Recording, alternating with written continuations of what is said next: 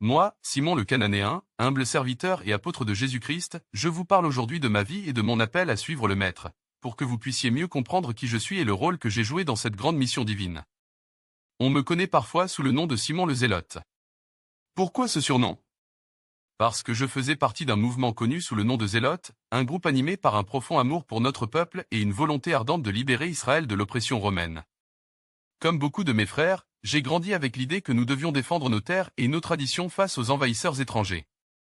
Ma ferveur, autrefois tournée vers une lutte physique, allait être transformée par ma rencontre avec Jésus de Nazareth. Je suis né dans une humble famille de Galilée, une région qui voyait tant de souffrances, mais aussi une foi inébranlable en l'Éternel. J'étais un homme simple, mais empli de passion et de conviction. Avant de rencontrer Jésus, je cherchais la justice par des moyens humains, souvent en colère face aux injustices que je voyais. Mais un jour, j'ai entendu parler de ce prédicateur qui guérissait les malades, proclamait la bonne nouvelle et appelait chacun à se repentir. Lorsque mes yeux se sont posés sur Jésus pour la première fois, j'ai ressenti une paix et une force que je n'avais jamais connues. Ce n'était pas un chef de guerre comme je l'imaginais pour libérer Israël. Non, son combat était bien plus profond, il apportait la libération de l'âme, la réconciliation avec Dieu, et une paix durable, non pas par l'épée, mais par l'amour et le pardon. Je me souviens encore du jour où il m'a appelé à le suivre. Simon, m'a-t-il dit, viens à moi, et je ferai de toi un pêcheur d'hommes. Ces mots, simples mais pleins de puissance, ont changé le cours de ma vie.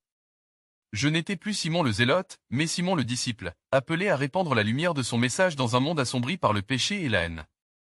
Avec mes frères apôtres, j'ai eu l'honneur d'assister à des miracles qui défient l'entendement humain. J'ai vu les boiteux marcher, les aveugles recouvrer la vue, et même les morts revenir à la vie.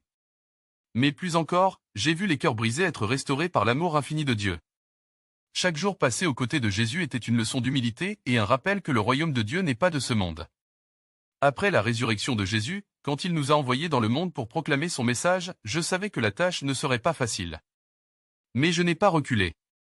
Avec la force du Saint-Esprit, je me suis aventuré dans des contrées lointaines, portant la bonne nouvelle à ceux qui n'avaient jamais entendu parler du Messie.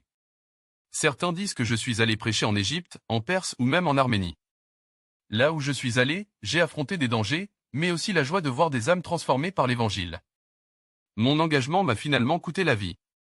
Comme tant d'autres apôtres, j'ai accepté le martyre, fidèle jusqu'au bout à celui qui a donné sa vie pour nous tous. Ma mort, cependant, n'était pas une fin, mais un commencement, elle témoignait de la puissance de la foi en Christ, une foi qui triomphe même de la mort. Je suis Simon le Cananéen, un homme ordinaire appelé à une mission extraordinaire. Que mon histoire vous inspire à suivre Jésus avec tout votre cœur, à abandonner vos peurs, et à embrasser la vie qu'il vous offre.